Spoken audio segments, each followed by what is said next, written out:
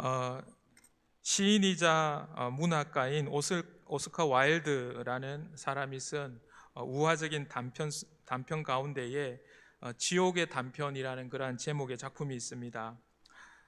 이 이야기는 예수님께서 이렇게 이전에 기적을 베풀어 주시고 이적을 베풀어 주셔서 그들을 고치시기도 하고 또 재용서함도 해 주셨던 그러한 사람들을 먼 훗날 다시 만나게 되는 그러한 장면들을 우화적으로 엮어낸 이야기입니다. 그 내용을 잠시 보면 이러합니다. 예수님이 길을 가시다가 알코올 중독자를 만났습니다. 근데 어디서 많이 본 것 같은 그러한 모습이었습니다. 그래서 예수님께서 내가 당신을 어디서 본 일이 없습니까? 그러자 그 사람이 있습니다. 나는 본래 저른발이었는데 예수님께서 고쳐주셔서 제가 이렇게 걷게 되었습니다.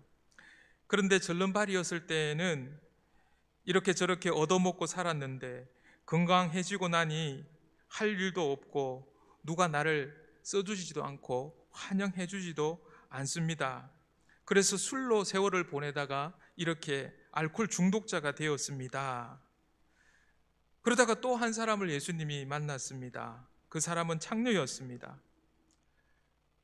그리고 보니까 예수님께서 이전에 이 용서해 주었던, 죄사함을 허락해 주었던 창녀였습니다. 아니 내가 창녀일 때 용서하고 구원했는데 아직도 창녀로 사느냐 구중하시듯 물었더니 이 창녀가 대답합니다. 물론이죠. 제가 당신으로부터 구원을 받고 새 사람이 되어서 하나님의 딸이 되어서 감사해서 창녀 생활을 청산했었습니다.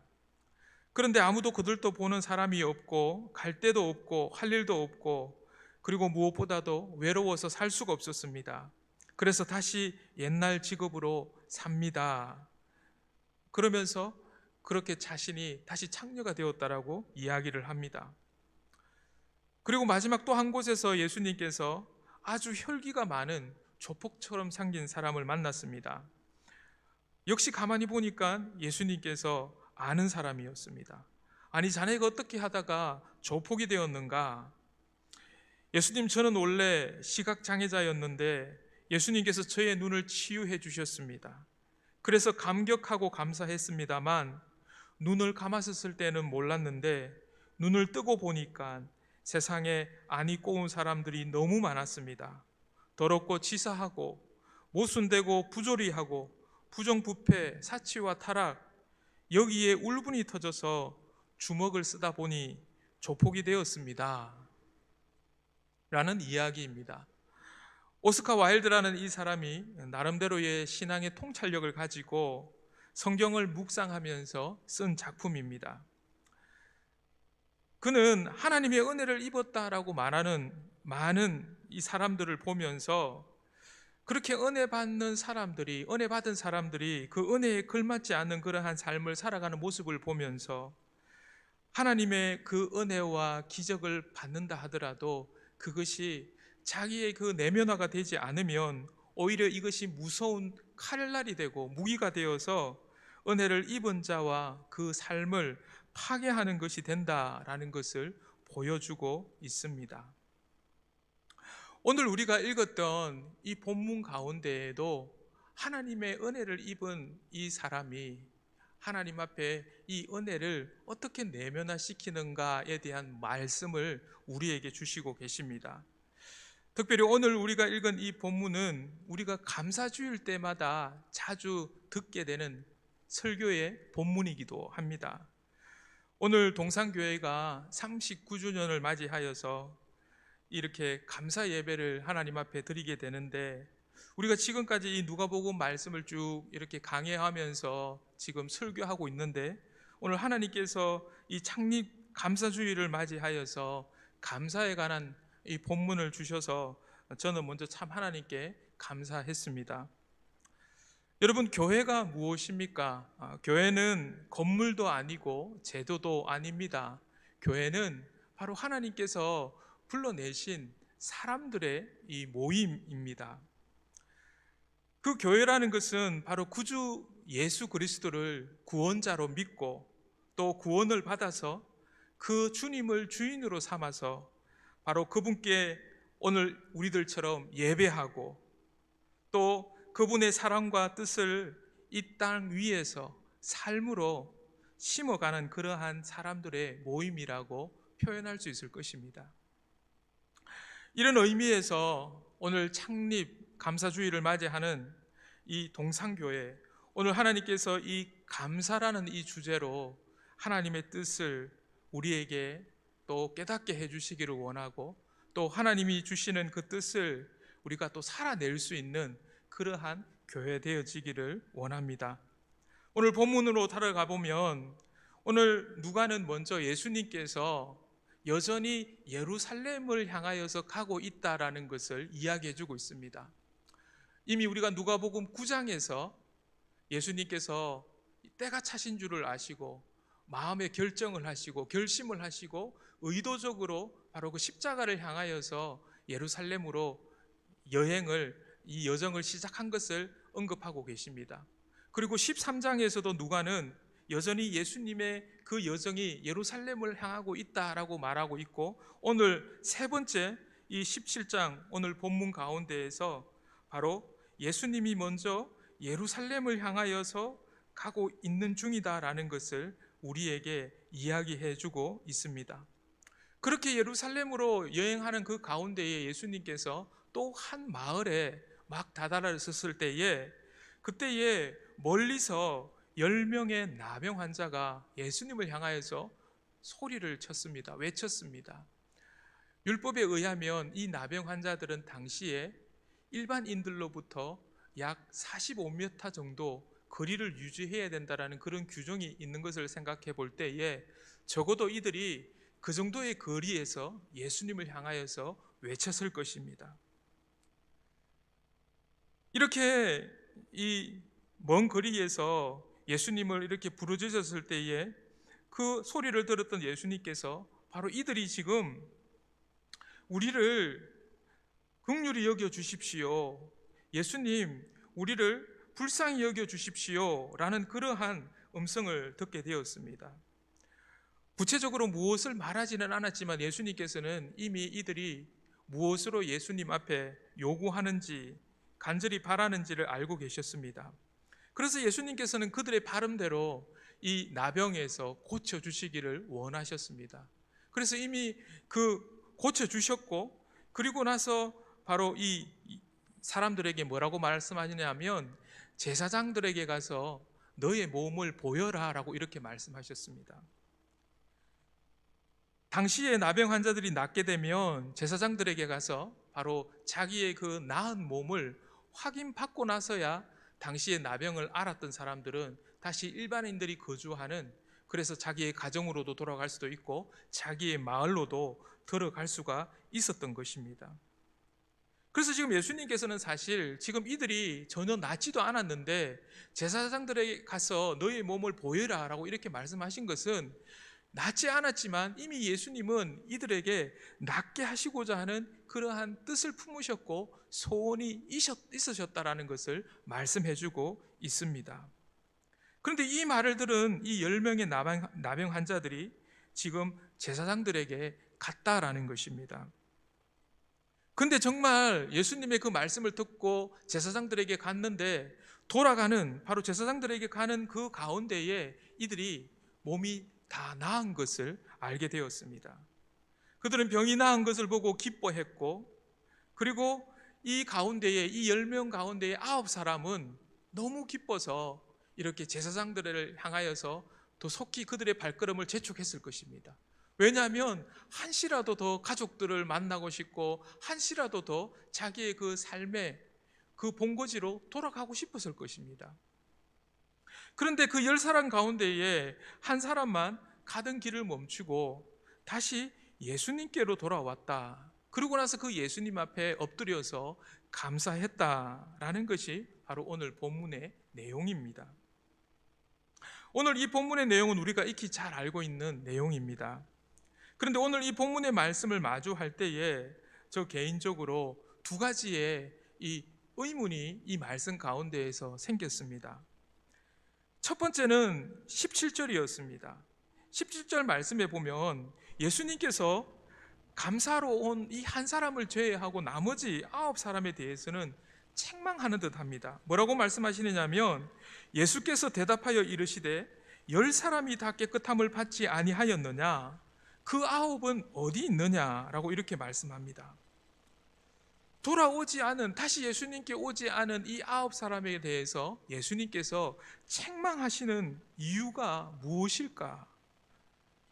실제로 지금 이 9사람은 그 누구보다도 예수님의 말씀에 열중해서 예수님의 말씀에 지금 순종하고 있는 중입니다.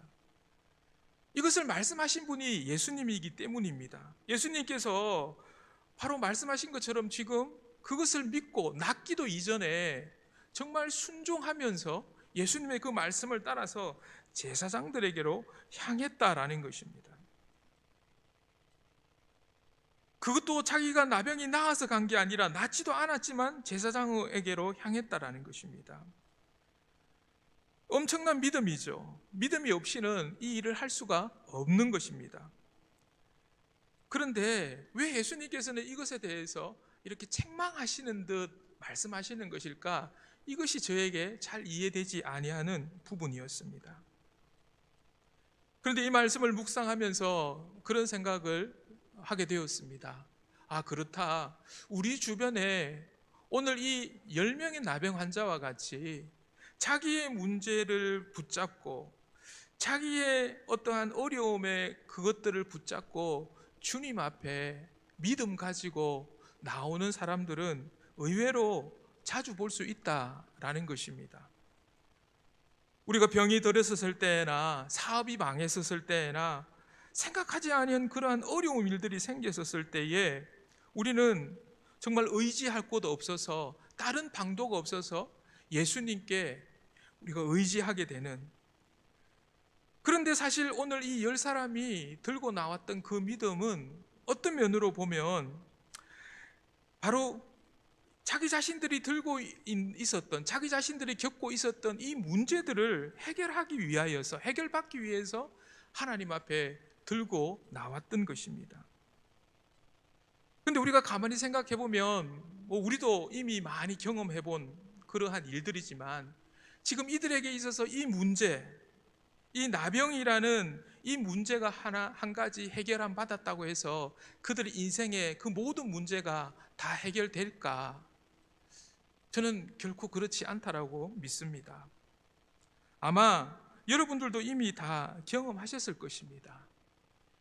인생이라는 그 삶의 그 문제가 어떠한 특정한 문제 한 가지가 해결되면 풀릴 것 같은데 결코 그러하지 않다라는 것입니다. 여러분 한번 생각해 보십시오. 우리가 상상을 해본다면 지금 이 10명의 나병 환자 가운데 이 9사람이 이렇게 이제 제사장들에게 가다가 나음을 입어서 너무 기쁩니다. 정말 뛸 듯이 날듯이 기쁜 마음을 가지고 제사장들에게 가서 확인을 받고 하나님 앞에 감사의 제사를 드리고 이제 돌아가겠죠. 자기들의 그 가족들에 돌아갈 것이고 자기들의 그 삶의 근거지로 돌아갈 것입니다. 그러면 그 돌아간 순간 그들에게 이제 펼쳐진 것은 무엇입니까? 너무나 평범한 일상이 펼쳐질 것입니다.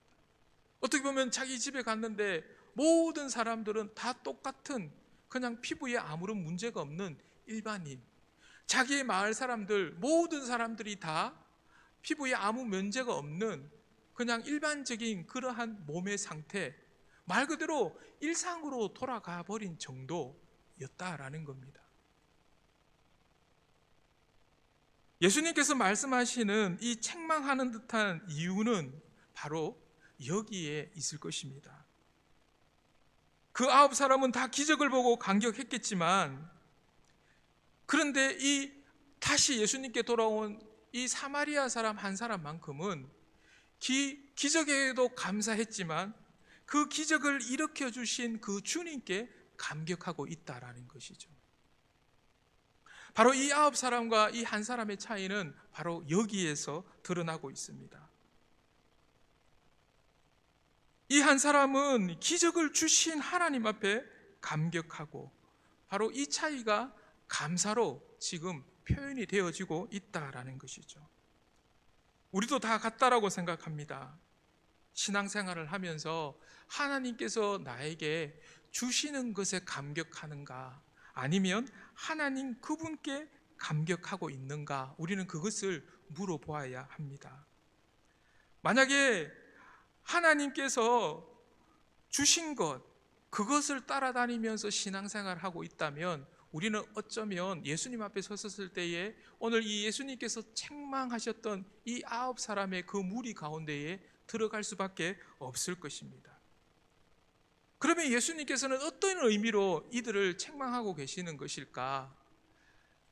이 고침받은 이 인생들에게 있어서 사실 하나님께서 고쳐주셨던 그 의도는, 하나님께서 왜 우리를 그러한 한 가지 한 가지 어떤 고비와 어떠한 산을 넘게 하시면서 하나님께서 그것들을 보여주시는 것은 무엇일까? 도우시는 그 하나님의 모습을 보여주시는 것은 무엇일까? 그것은 그 문제 해결함보다도 더 중요한 무언가가 있기 때문입니다. 그것이 무엇입니까?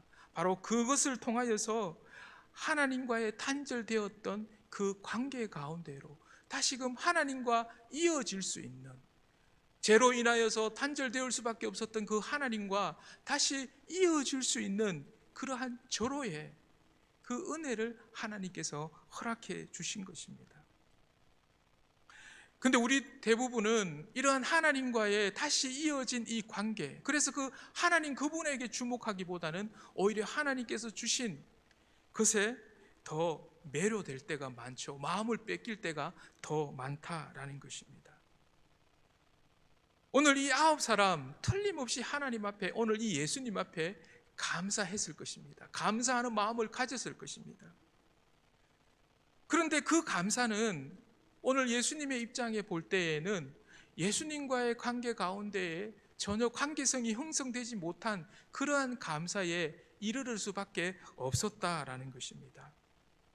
그런데 이러한 감사는 사실 감사처럼 보이지만 영적으로는 오히려 우리를 죽어가게 만드는 감사가 될 수 있습니다.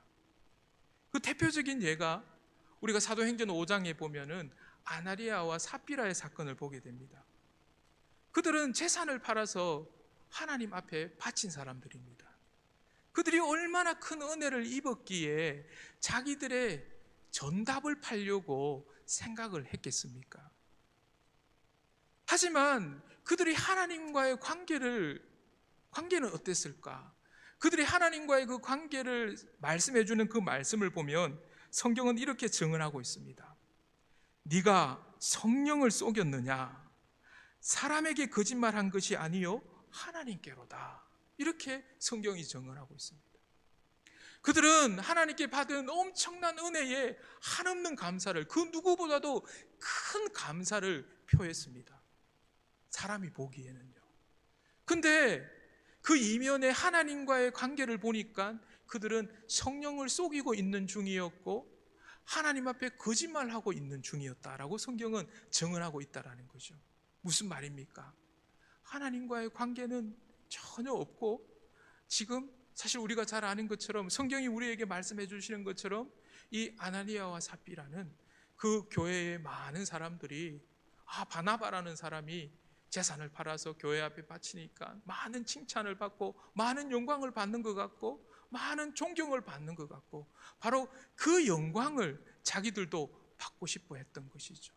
하나님이 아니라 자기 자신들에게 집중되어 있었던 그러한 감사, 그러한 꾸며진 감사, 하나님과 전혀 관계가 없는 그러한 감사, 그 감사의 대상은 누구냐라는 것입니다. 하나님과의 관계가 틀어지면 우리도 이런 엉뚱한 감사를 하게 될 수밖에 없다라는 것입니다.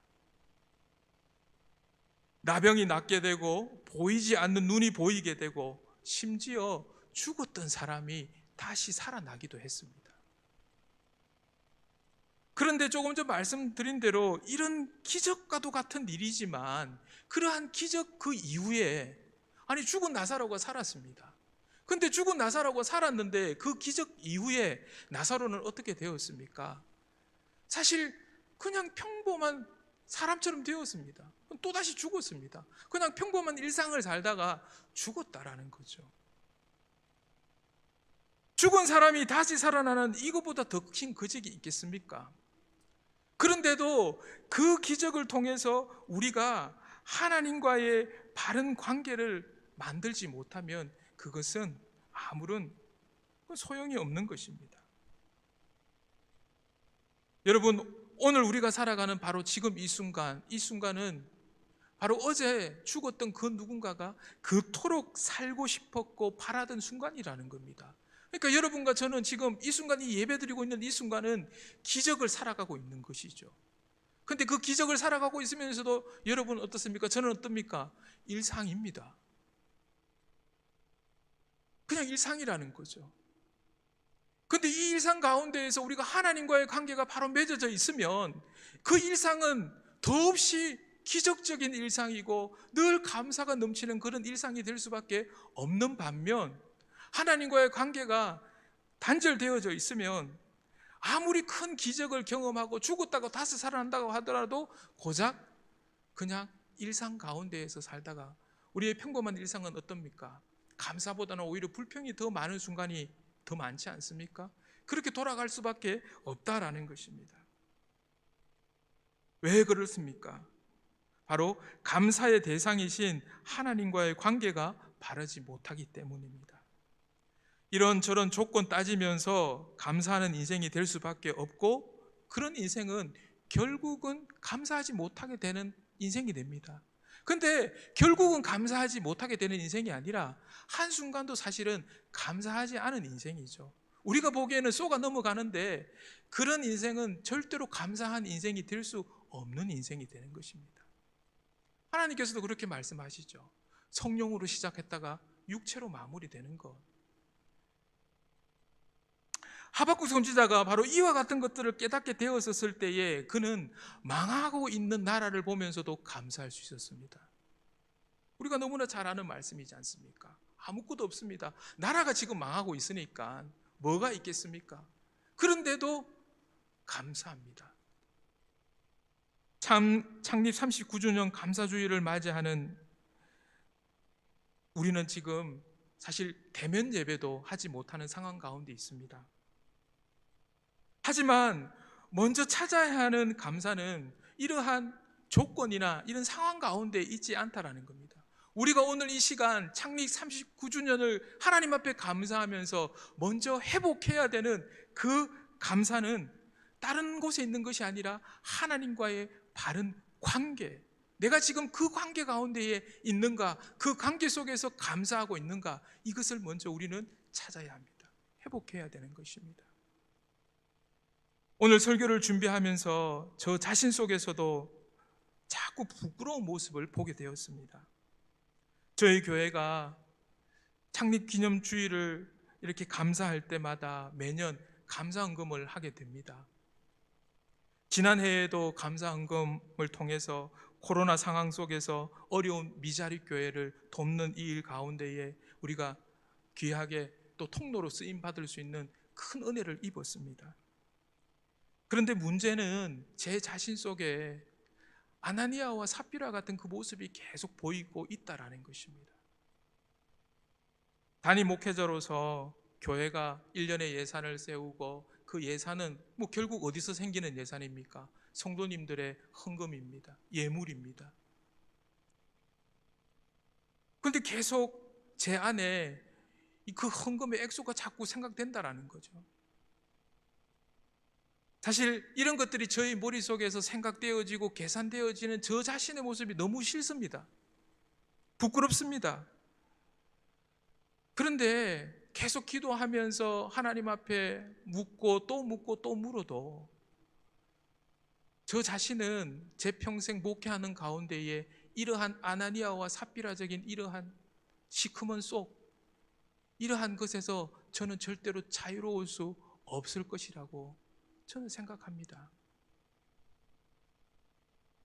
저는 아마 평생 자유로울 수 없을 것입니다. 그래서 두렵습니다. 결국 기도하면서 마주하게 되는 기도 제목은 다른 것이 아니었습니다. 하나님, 불쌍히 여겨주십시오. 하나님, 긍휼히 여겨주십시오. 그 제목밖에 나오지 않았습니다. 물론 코로나 상황 속에서 지금 또 들리는 말은 당장 다음 주부터는 우리 시드니 가운데에 이제 뭐 직장 출근하시는 분들까지 이렇게 락다운되는 그런 상황 가운데에 들어가게 되는데, 그런 성도님들의 삶을 생각하고 그런 모습들을 떠오르게 되었습니다. 하지만 기도하고 또 기도해도 교회는 구주를 믿음으로 구원받은 사람들의 모임이지 환경과 조건이 아니라는 것, 그리고 교회는 그분의 사랑과 뜻을 이 땅 위에 삶으로 심어가는 사람들의 모임이 되어야 된다라는 것이었습니다. 그래서 저는 우리 성도님들에게 어쩌면 사르밧 과부에게 보내어진 그 엘리야의 심정으로 우리 성도님들 도전하고 싶어졌습니다.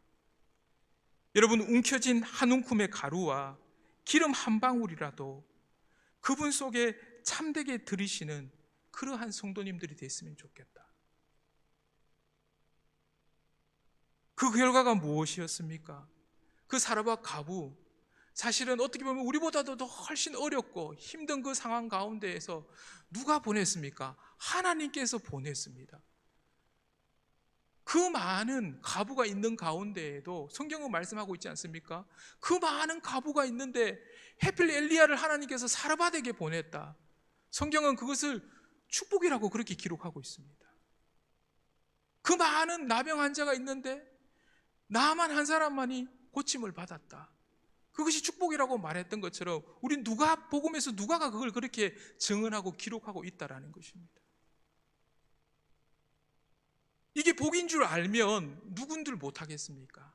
그런데 이것이 복이라는 게 어떻게 믿어집니까? 하나님과의 바른 관계 안에서만 믿어진다라는 것이죠. 우리가 그 사르밧 과부도 잘 기억합니다. 처음 엘리야가 자기를 위하여서 먼저 떡 한 덩이를 만들어 달라 그랬을 때에 자기의 그 현실을 이야기하지 않습니까? 하지만 다시 한 번 더 하나님의 말씀이고 하나님을 믿으라고 그렇게 권면했을 때에 그 여인이 믿음으로 아멘으로 그 일을 감당하죠. 그랬을 때에 그 여인 집에 오히려 어떻게 보면 더 큰 우환이 생깁니다. 사랑하는 아들, 하나밖에 없는 아들이 죽지 않습니까? 그런데 우리가 그것을 달리 보면 하나님께서 이미 그 아들의 죽음을 다시금 살리시는 그 기적을 베푸시려고 하나님은 이미 그 궁핍한 그 중에 하나님의 사람을 보내신 거죠. 그러면서 이 여인이 열왕기상 17장 24절에서 고백하는 고백이 뭡니까?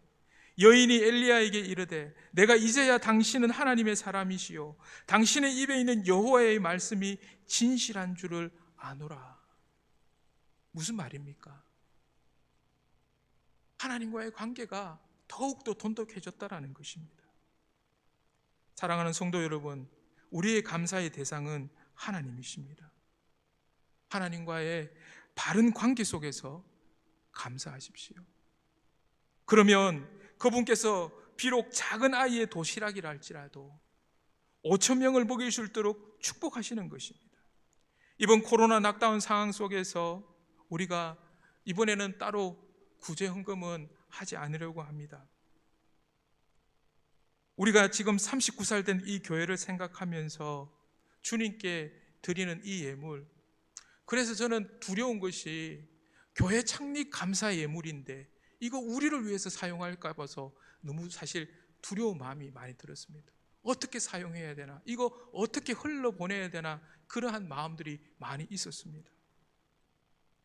교회 안에 돌봐야 할 분들, 그리고 멀리 선교지까지 흘러갔으면 좋겠습니다.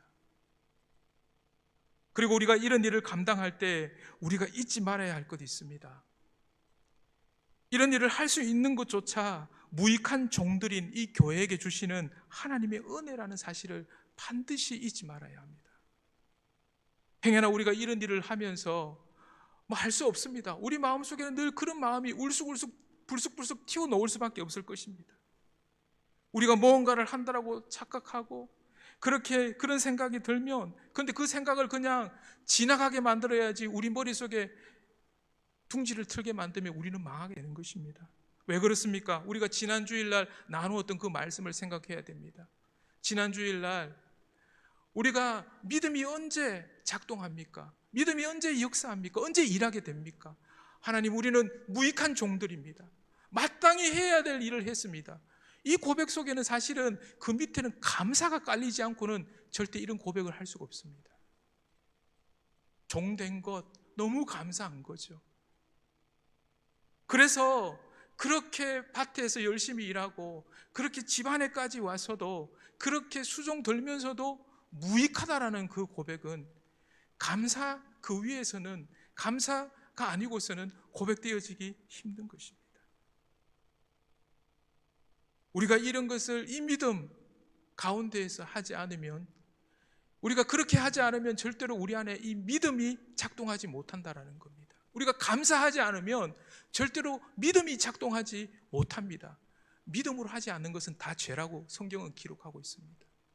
우리가 하는 것 같지만, 많은 일을 하는 것 같지만 죄를 양산하게 되고 죄와 뒹굴게 되고 결국은 죄를 뒤집어 쓰게 되는 것, 성경이 우리에게 증언해 주고 있는 것입니다. 수많은 구약 시대를 살아갔던 믿음의 선배들이 이것 때문에 하나님께서 제발 그 누군가가 성전 문 좀 닫아줬으면 좋겠다라고 말씀하실 정도로 하나님께서 그렇게 말씀하시는 것을 보게 됩니다. 대단한 일 하는 것 같이 생각되어지면 우리는 큰일 난다라는 것입니다.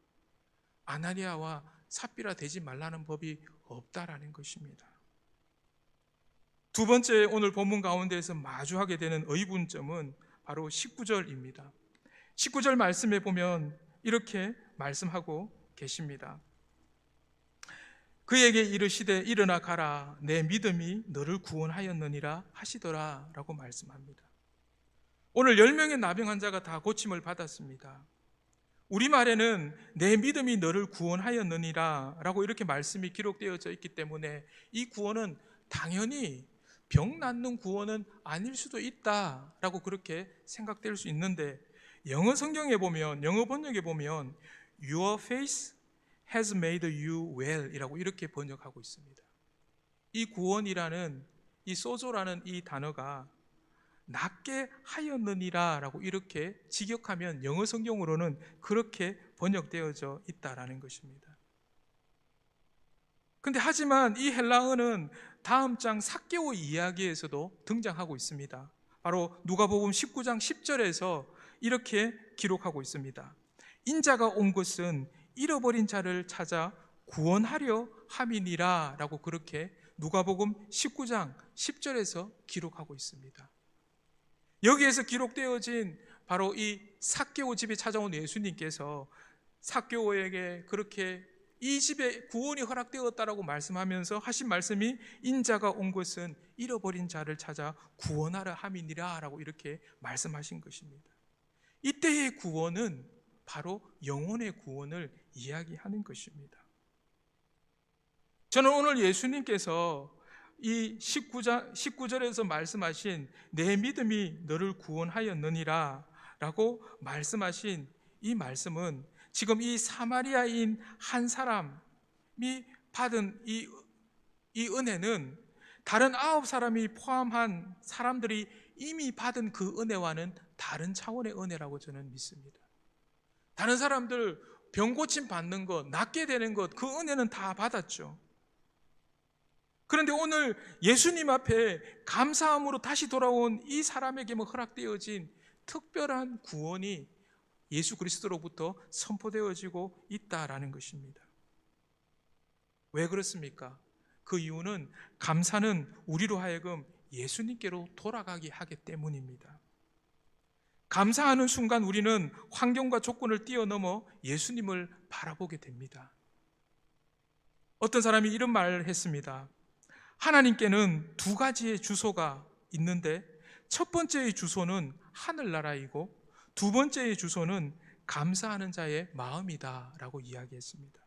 무슨 말입니까? 놀랍게도 우리가 감사하는, 그 감사를 기억하는 그 순간 그 속에 임재하시는 하나님의 손길을 기억하고 그 속에 임재하시는 하나님의 눈동자를 바라볼 수 있다는 것입니다.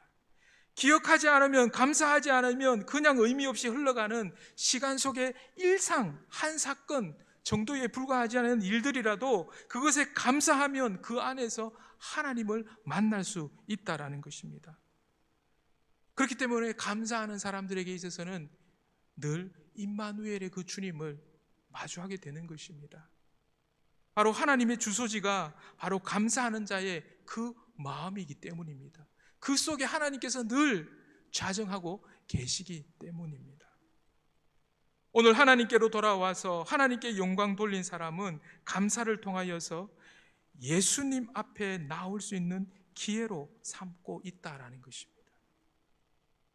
이전에는 나병으로 인하여서 감히 사람에게 다가갈 수도 없었던 그러한 존재였는데, 그래서 그 예수님도 멀찍이 서서 그 먼 거리에서 외쳐 부를 수밖에 없는 그런 부분이었는데, 오늘 12절에서 예수를 만나 멀리 서서라고 했던 이 나병 환자가 이제는 16절에서 예수의 발 앞에 엎드리어 오늘 이 나병 환자가 자기가 받은 그 은혜에 제일 먼저 감사하면서 한 일이 뭔가, 바로 예수님 앞에 나오게 되었다라는 것이죠.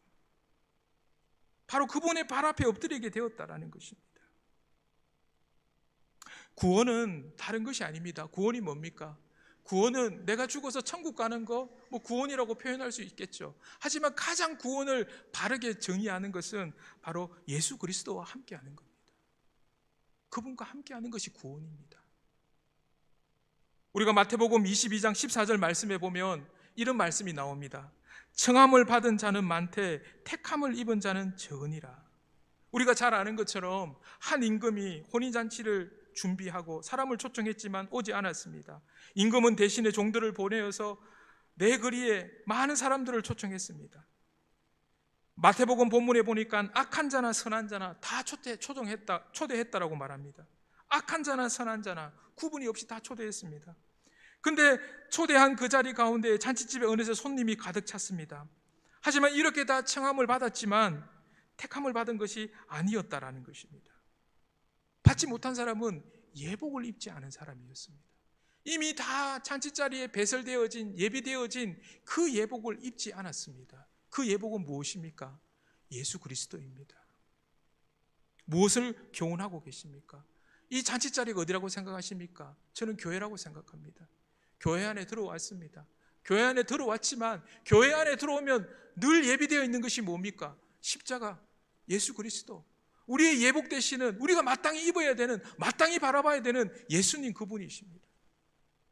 근데 이 교회 안에서조차 들어와서 예복을 입지 않는다라는 것입니다. 초청은 받았지만 택함을 받을 수 없는 이유가 무엇입니까? 예수 그리스도, 그분을 붙잡지 못했을 때인 것입니다. 사랑하는 성도 여러분, 하나님이 좋아서가 아니라 하나님이 주신 것이 좋아서 하나님을 따라다니는 사람 누구입니까? 저는 저라고 생각합니다. 다른 그 누구가 아닙니다. 저입니다. 저는 절대로 여기서 자유롭지 못합니다. 거기서 조금 더 나간다면 우리 동산교회 성도님들이 아닐까 생각합니다. 그래서 하나님 주시는 것 별로 없는 것 같고 오히려 손해보는 것 같으면 믿어도 소용없네, 기도해도 소용없네 라면서 신앙의 길을 떠나갈 수 있는 것, 그게 저 자신이고 우리라고 저는 생각합니다. 여러분, 이 이야기가 다른 사람 이야기라고 생각하시면 안 됩니다. 오늘 창립 39주년을 맞이하는 동산교회에 주시는 하나님의 말씀입니다. 세상 사람들이라고 주시는 말씀이 아닙니다. 우리에게 주시는 말씀이고 저에게 주시는 말씀입니다.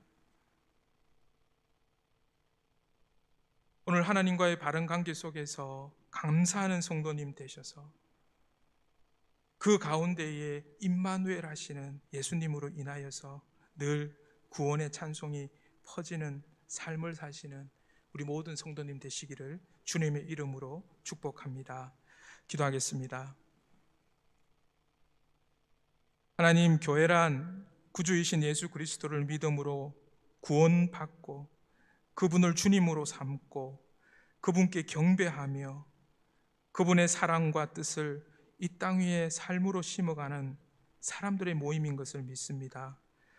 창립 39주년을 기념하며 감사하는 동산교회가 하나님과 바른 관계 안에서 감사하는 교회 되게 하여 주셔서 하늘 보좌에서 우리를 중보하시는 그 예수님의 이 땅 위에 주소지가 되는 교회, 그런 교회 되게 하여 주시옵소서.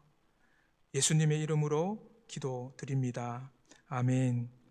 우리 시간 다 함께 자리에서 일어나셔서 우리 하나님 앞에 감사로, 찬양으로 감사의 영광 올려드리기 원합니다. 감사로 우리 하나님 앞에 영광 올려드리겠습니다.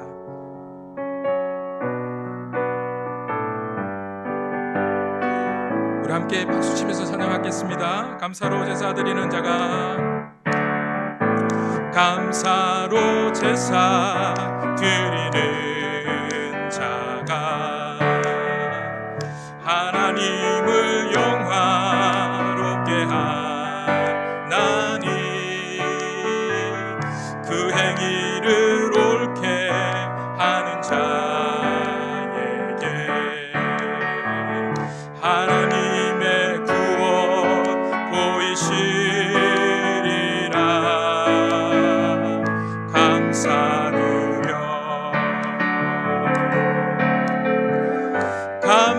감사드리세 아버지께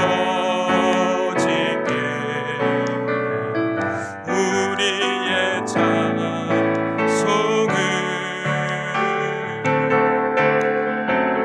찬송드리세 아버지께 우리의 찬송을 할렐루야 할렐루야 우리의 찬송을 할렐루야 할렐루야 영원토록 찬송을 영원토록 감사를 영원토록 감사 찬송을 영원토록 감사 찬송을 아멘. 하나님 아버지, 오늘도 주님 앞에 받은 은혜를 감사하고 그 감사가 늘 하나님과의 바른 관계 안에서 되어지고 또 온전히 이 감사를 들고 늘 주님 앞에 나아가는 저희 되게 하시려고 오늘도 우리 교회에게 창립을 기념하며 감사할 수 있는 시간 허락하여 주셔서 참으로 감사합니다. 오늘 특별히 하나님께서 이 감사주일날 우리에게 주신 이 말씀 붙잡고 하나님 그 감사의 예물을 주님 손에 올려드립니다. 하나님, 하나님의 그 눈동자, 하나님의 그 손과 발, 늘 그렇게 쓰임받는 주님의 종으로서 이 땅 가운데에 쓰임받는 것이 이 세상 그 무엇보다도 감사하고 그 무엇보다도 기쁨이 되어지는 교회가 되도록 인도하여 주시옵소서. 오늘도 흩어져 있는 우리 모든 교회들을 주님 기억해 주시옵소서. 우리 성도님들 가정마다 생업의 현장 가운데에서도 동일하게 하나님 그 도구로, 그 통로로 하나님께서 마음껏 사용하여 주시고 기쁘게 사용하여 주시옵소서. 무엇보다도 하나님, 우리가 상황을 볼 때에, 여러 조건들을 볼 때에 참 감사의 마음이 움츠러들 수밖에 없는 그런 시대를 지내고 있습니다. 하나님, 그럼에도 불구하고 사르밧 가부를 향하신 하나님의 그 말씀이 오늘 우리 성도님들을 향하여서 찾아와 주시고 그것이 마침내 하나님을 향한 그 바른 관계를, 더 견고한 관계를 만들어가는 그러한 축복의 순간들이었음을 먼 훗날 바라보면서 오히려 감사하고 주께 영광 돌리는 우리 모든 성도님 되도록 축복해 주시옵소서. 특별히 락다운으로 인하여서 이런저런 어려움과 또 답답함과 또 우리 성도님들 참으로 말할 수 없는 그러한 가슴에 무거움들 안고 있는 성도들이 있다면 하나님 이 시간 찾아와 주셔서 오직 생명의 권능 대신 그 주님께서 친히 어루만져 주시고 위로하여 주시고 붙잡아 주셔서 하나님 새 힘 얻고 일어설 수 있도록 하나님께서 일으켜 세워 주시옵소서. 그 일들로 말미암아 더 큰 감사가 늘 삶 속에서 풍성해지는 우리 모든 성도님들 다 되도록 인도하여 주시옵소서. 특별히 39주년 주일을 맞이하여서 하나님 앞에 특별한 감사의 제목들을 가지고 주님 앞에 올려드리는 손길들 기억하여 주시옵소서. 그 마음의 중심을 기뻐 받아 주시옵소서. 한량없는 은혜와 축복으로 하나님 우리 모든 손길들 아버지 하나님께서 친히 축복하여 주시고 인도하여 주시옵소서. 어려운 시간 우리 성도들 육의 건강도 하나님 지켜 보호하여 주시옵소서. 눈동자처럼 지켜 주시옵소서.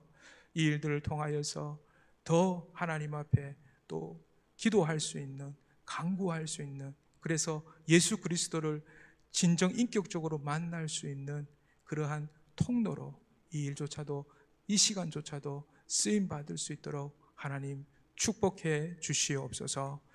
주 예수 그리스도의 은혜와 하나님 아버지의 사랑과 성령님의 감화 감동 교통하심이 39살을 맞이하는 동산교회 우리 모든 하나님의 교회된 성도님들 한 분 한 분 머리 위에와 그들의 삶과 그들의 가정 위에 이제와 영원토록 함께 하시기를 간절히 축원하옵나이다. 아멘.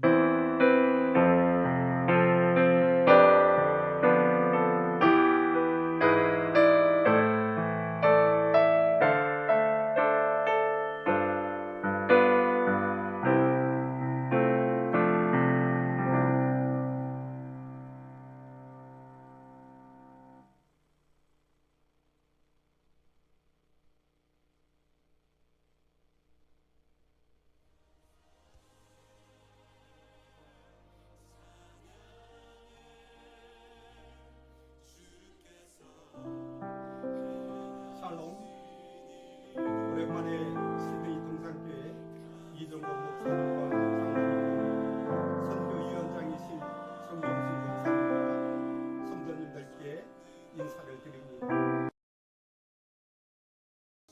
먼저 시드니 동산교회 창립 39주년을 진심으로 축하드립니다.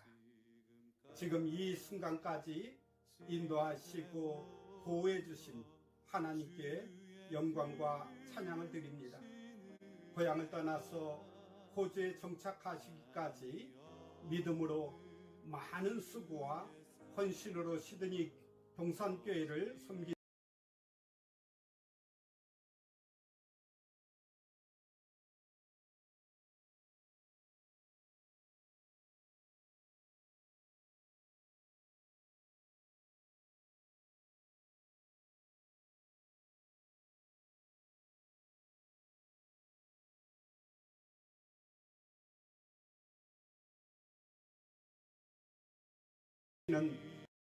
이 목사님과 성도님들 한 분 한 분을 사랑하며 존경합니다. 시드니 동산교회가 교회 사명과 선교 사명을 잘 감당하셔서 하나님 나라 건설에 귀하게 쓰임받으며 하나님께서 기뻐하시는 교회와 성도들이 되시기를 기도합니다.